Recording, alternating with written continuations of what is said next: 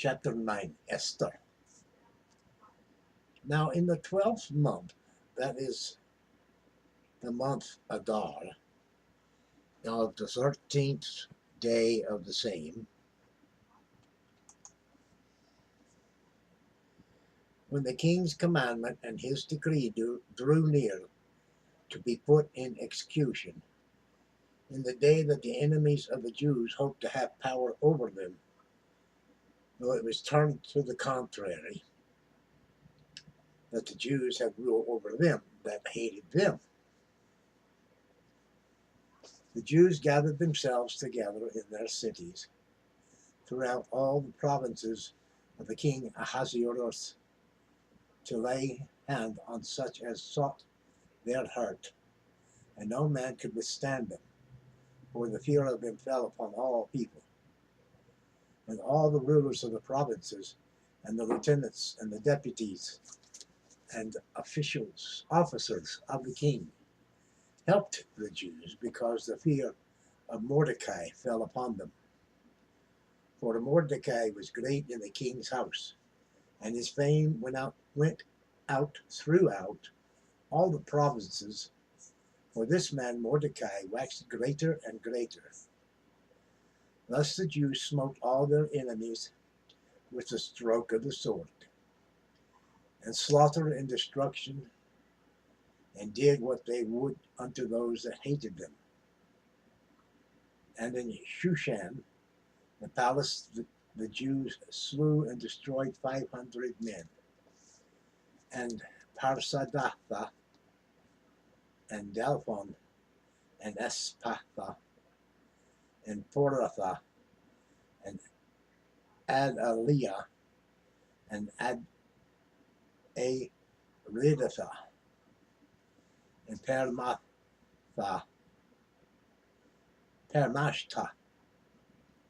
and Ariziah, and Adridiah, and Rehuatha. The 10 sons of Haman, the son of Hammedatha, the enemy of the Jews, slew they, but on the spoil laid they not their hand. On that day the number of those that were slain in Shushan, the palace, was brought before the king. And the king said unto Esther, the queen, the Jews have slain and destroyed 500 men in Shushan, the palace, and the 10 sons of Haman.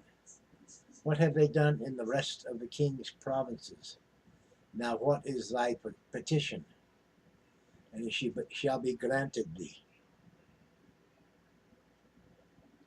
Or what is thy request further? And it shall be done. Then said Esther, if it please the king, let it be granted to the Jews which are in Shushan to do tomorrow also according unto this day's decree, and let Haman's 10 sons be hanged on the gallows. And the king commanded it so to be done. And the decree was given at Shushan, and they hanged Haman's 10 sons. For the Jews that were in Shushan gathered themselves together on the 14th day also of the month Adar, and slew 300 men at Shushan, but on the prey they laid not their hand.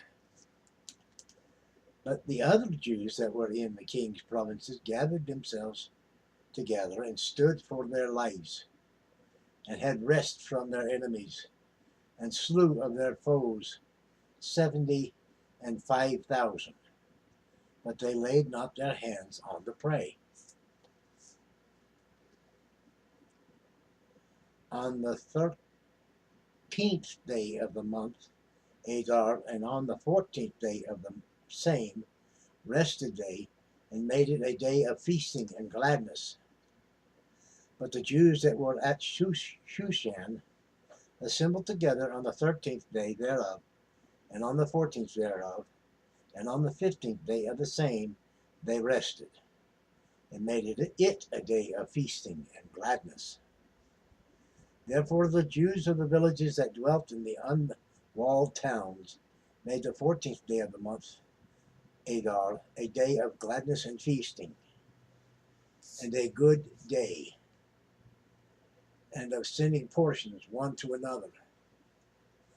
And Mordecai wrote these things and sent letters to all the Jews that were in all the provinces of the king Ahasuerus, both nigh and far, to establish this among them, that they should keep the 14th day of the month Adar and the 15th day of the same yearly. As the days wherein the Jews rested from their enemies, and the month which was turned unto them for sorrow to joy, and from mourning into a good day, that they should make them days of feasting and joy, and of sending portions to one of another, portions one to another, and gifts to the poor. And the Jews undertook to do as they had begun, and as Mordecai had written unto them, because Haman, the son of Hammedatha, the Agathite, the enemy of all Jews, had devised against the Jews to destroy them, and had cast Pur, that is, the lot, to consume them and to destroy them. But when Esther came before the king, he commanded by letters that his wicked device, which he devised against the Jews, should return upon his own head, and that he and his sons should be hanged on the gallows. Wherefore they call these days Purim, after the name of Pur. Therefore, for all the words of this letter, and of that which they had seen concerning this matter, and which had come unto them, the Jews ordained and took upon them, and upon their seed, and upon all such as joined themselves unto them, so as it should not fail, that they would keep these 2 days according to their writing, and according to their appointed time every year, and that these days should be remembered and kept throughout every generation, every family, every province, and every city, that these days of Purim should not fail from among the Jews, nor the memorial of them perish from their seed. Then Esther the queen, the daughter of Abihail, and Mordecai the Jew, wrote with all authority to confirm that this second letter of Purim. And he sent the letters unto all the Jews, to the 127 provinces of the kingdom of Ahasuerus, with words of peace and truth, to confirm these days of Purim in their times appointed according as Mordecai the Jew and Esther the queen had enjoined them, and as they had decreed for themselves and for their seed the matters of the feasting and their cry. And the decree of Esther confirmed these matters of Purim, and it was written in the book.